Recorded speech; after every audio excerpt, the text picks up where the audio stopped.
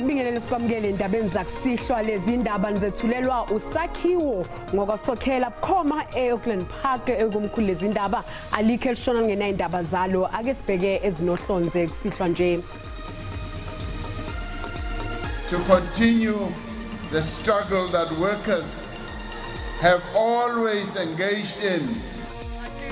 Umengameli ANC Cyril Ramaphosa uthi leli qembu lizoqhubeka ukwenza konke okusemandleni ukuvikela nokukhipha ke izisebenzi nokuhlonipha izisebenzi kuleli lokhu kusho ngesikhathi ikhosathu igubha usuku lwezisebenzi enkundleni yase-Athlone eKapa.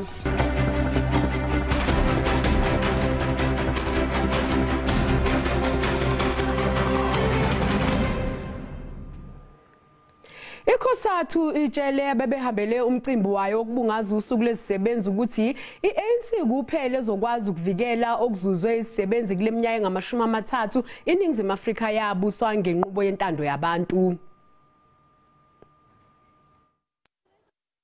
Usuku olulodwa olubekelwe bucala ukuqwalasela ukuzinikela nokusebenza nzima kwabasebenzi ukulwela amalungelo abo. Umfelandawonye wabasebenzi iCOSATU usebenzise ukubhiyozelwa kweMay Day yalonyaka ukugaya inkxaso yabasebenzi baxhasi ANC kunyulo luzayo. All these victories will only be possible when we stand strong and united as a federation. When we understand clearly who continues to stand with us in the trenches as workers. It is not the DA, it is not the MK party, it is not the EFF, it is not the Action campaign. Amanye amahlakani kaNxantathu anikezele imiyalezo yokuxhasa ejolise kwezonyulo.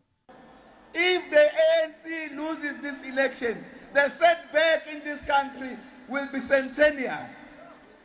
That's why we should make no mistake, all of us.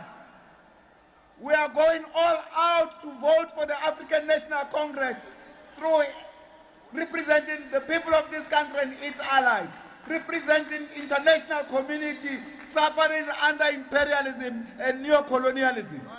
Iqela le-ANC lijolise intola kwimithetho ephunyeziweyo ukubonisa ukuba ijongene namalungelo abasebenzi.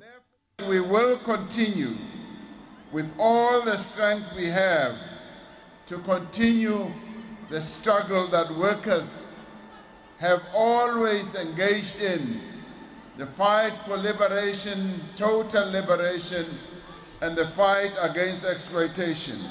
Dingulama Matya wendaba ze-SABC eKapa. That your biggest problem is that you are being retrenched every year.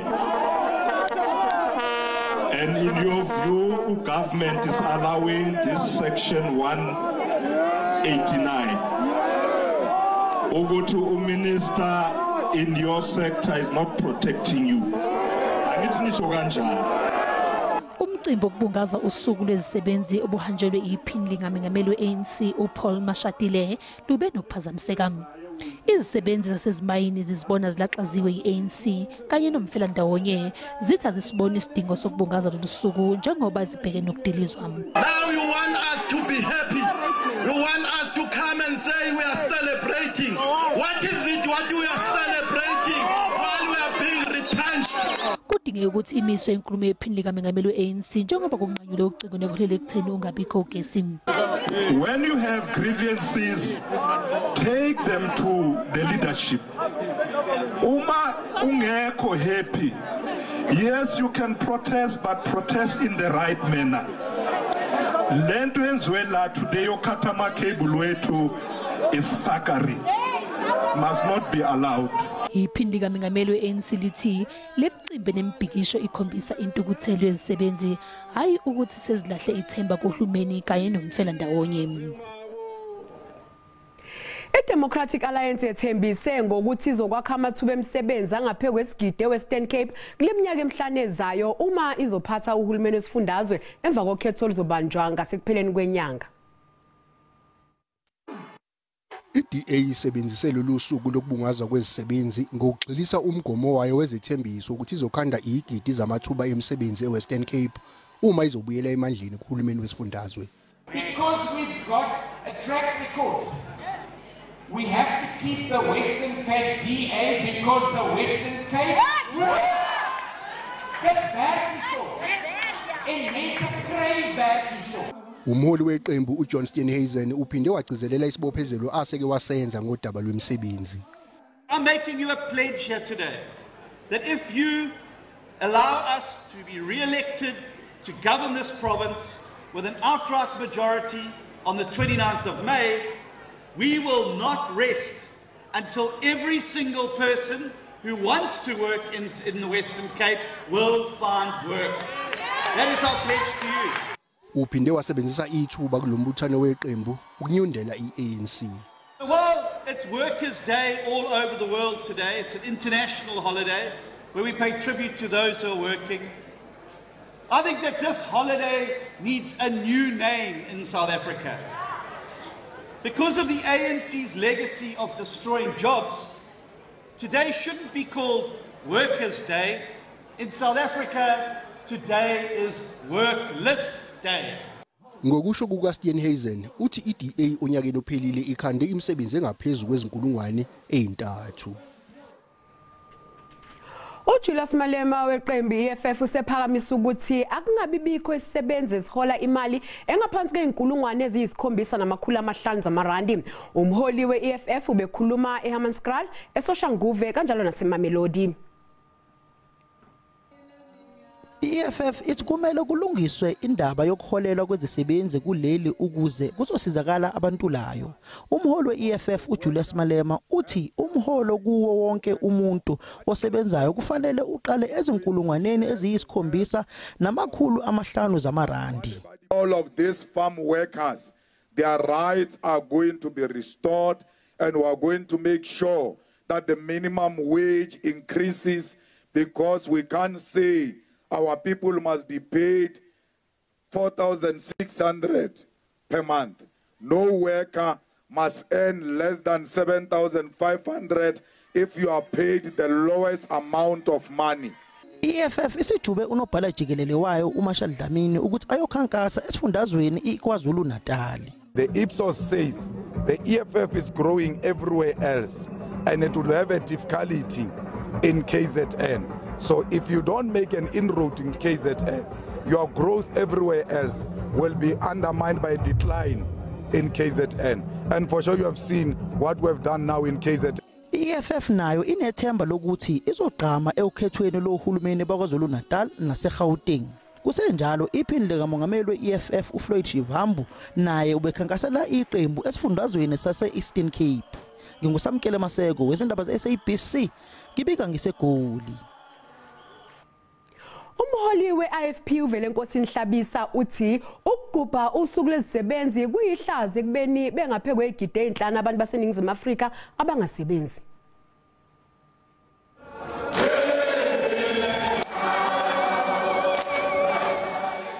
iIFP ihambela izifundazwe ezahlukene ukuze ithole ukwesekwa ngaphambi kokhetho likazwelonke oluzosingathwa kulenyanga. Leli qembu lihambele eMpumalanga. It is enough. We want change. Umlayezo womholi waleli qembu uthi votela iqembu elithembekile futhi elizoletha uguquko olubonakalayo. Umhla ka-29 May is a day of change in our country. On Saturday, 4 days ago, we were celebrating Freedom Day as we marked 30 years of freedom in South Africa. Uhlabisa uthi ayikho into engabungazwa namhlanje njengoba abantu abangaphezulu kwezigidi ezinhlanu bengasebenzi. The greatest shame that we face as a country, more than 5 million people are unemployed in our country, especially the youth. Umkhankaso waleli qembu uzodlulela eNorthwest mhla zi-10 kwephezulu. Mbukelisi sathi qhu etolo kanti masibuya sizokuphathela udaba oluthi sekuzoqhubeka ukudilizwa kwesisebenzi zeposi ezicela enkulungwaneni ezinhlanu ngemva kokubhuntsha kwemizamo ebizogcina ingxenye lezi zisebenzi zisebenza eposini okwesikhashana.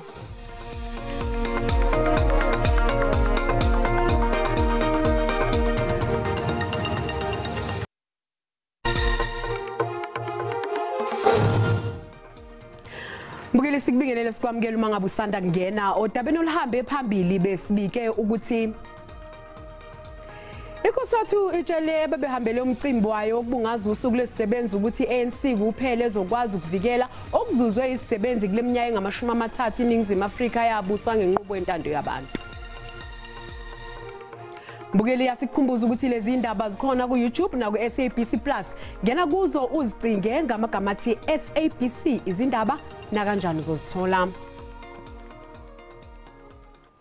Njengoba kugujwa usuku lezisebenzi inyunyane ezisebenzi zasemayini NUM isisabise ngokungenela isiteleka uma imboni ezimayini iqhubeka nokudiliza izisebenzi okuhleliwe. Emcimbini wokubungaza usuku lwezisebenzi obuhlelwe ikhosathu, umengameli wenyunyana yezisebenzi zasemayini iNUM uzwakalise ukukhathazeka ngokudilizwa kwezisebenzi zasemayini okuhleliwe. As NUM together with other unions we're embarking on a mass action on the 11th this coming Saturday.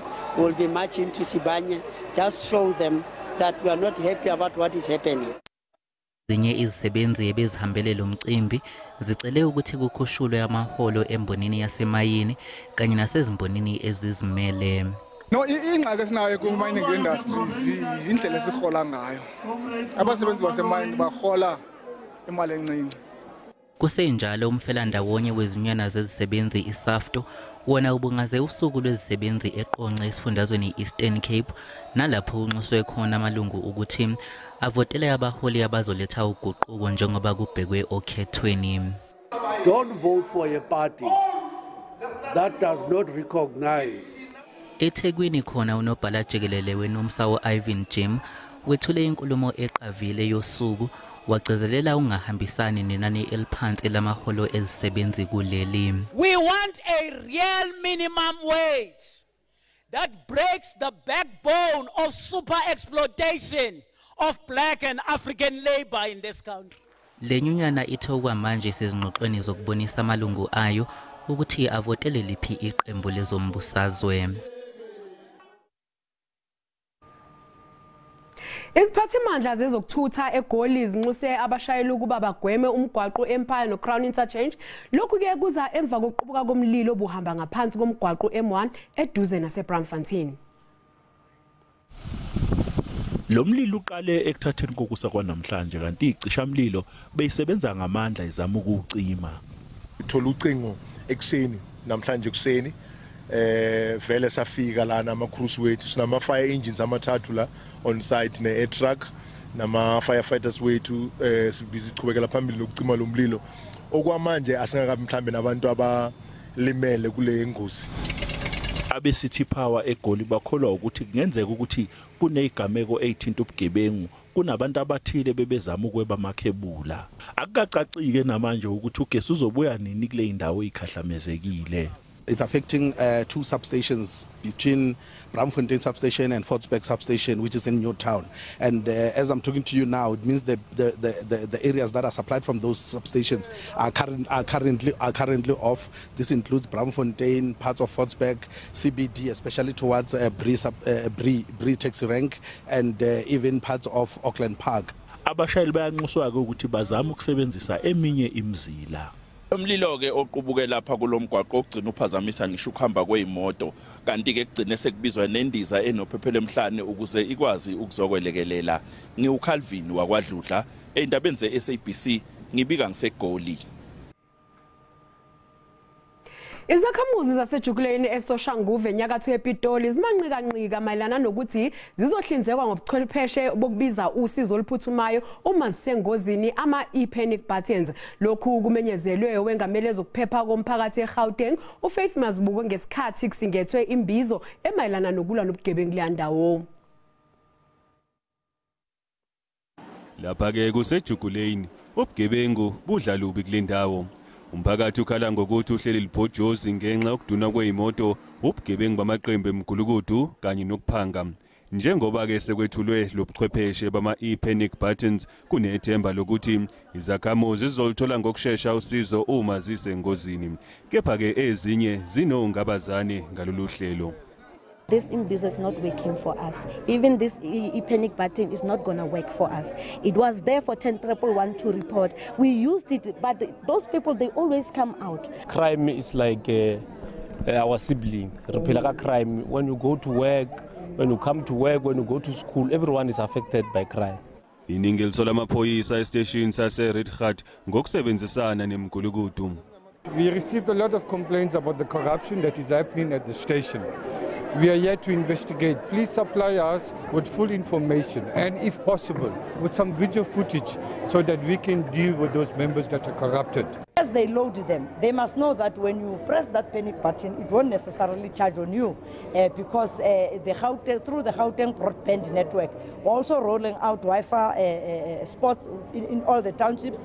Ngenyanga edlule iphini likaNgqongqoshe wamaphoyisa uCastle Matale lathi uhulumeni uzobuyisa emsebenzini abaseshi asebathatha umhlalaphansi ukuze bezokwelekelela ukubhekana namacala angaphezulu kwama300 abekiwe kule ndawo. Zilenganiselwa eyinkulungwane ezinhlanu izisebenzi zeposi esezithola umyalelo wokuthi zingabe lisalibhada emsebenzini kulandela ukubhuntsha kwesicelo ebesifakwe uhlaka oluqokela ukuthi luhlenge ibhizinisi lezeposi. NgoNtulikazi wonyaka owedlule iposi lafakwa ngaphansi kohlelo lokuhlengwa kwamabhizinisi ngenxa yezinkinga zemali njengoba licwile ezikweletini lingasakwazi nokuholela izisebenzi. The Minister of Labour and Employment must take full responsibility for what they have done to workers and their families. The Minister of Communication and Digital Technologies must also take responsibility for what they have done to post office workers. The President of this country, Cyril Ramaphosa, must also take responsibility for this. Zaseposini ezingeneme zitshele iSABC ukuthi zinikezwe izincwadi eziziyalela ngokusheshsha ngokuthi zingabe salibeka emsebenzini. Ngendlela esibona ngayo basenze izidenge abantu basepost office kuba kaloku bebengathi ngabantu aba bakhona imali abazayifumana somewhere and then bazakwazi usibhatala imali zethu. Thuthuzi ngoku 30th ngene message ethi siyaqabelisa uphangela namhlanje. I don't know ukuthi i-government yethu at this juncture, at this moment, ithini nge-post office because it seems as if i-post office is a joke now, of which now is the time ukuthi i-government i-intervene. Izisebenzi zaseposini zifuna ukukhokhelwa imali yazo yokudilizwa iphelele. Ngokunjalo nemali yazo impesheni ebidonswa emholweni yazo inyanga nenyanga. Mbukeli umhlahlo wesimo sezulu uyalandela emva kwekhefu nomadlamini.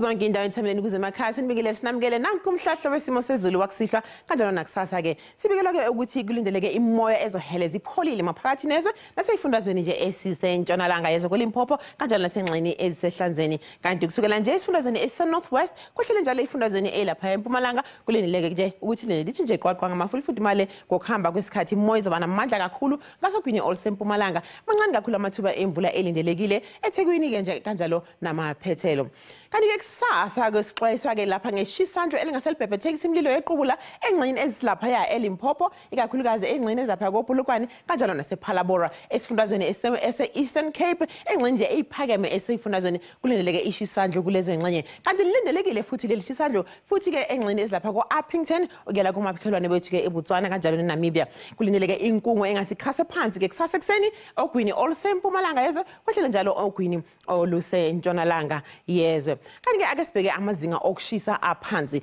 kulindeleke ukuthi liphole izulu maphakathi nezwe kakhulukazi ke enkabeni yezwe eBloemfontein ngo-9 degrees Celsius efundazweni ezisenyakatho yezwe kanti lithi nje ukufudumala esifundazweni ezigudle ugu olusempumalanga lingase ke lifudumale izulu kulezo ngxenye lithi ukufudumala kanjalo ke nasentshonalanga yezwe kusasa kulindeleke lishise kakhulu ezweni kwazise engxenye eziningi zezwe kulindeleke ishisandlo amazinga okushisa evile kwa-30 degrees Celsius engxenyeni eziningi zezwe abuke nje laphaya esifundazweni esiKwaZulu Natala engxenye ezapha koThekwini namaphethelo kanti masela efundazweni eseLimpopo lashisa izulu lizoshisa kakhulu kwehlele njalo lapha kwa-Uppington kwazeke sineshisandlo kulezo ngxenye kanjalo ngasogwini koCalvinia kanjalo naseSutherland singakho sanamhlanje sibikezele sezulu sabeleni kusasa ngesikhathi esifanayo bakuze kube ngokuzayo kaDlamini umntwana uthe Xabene.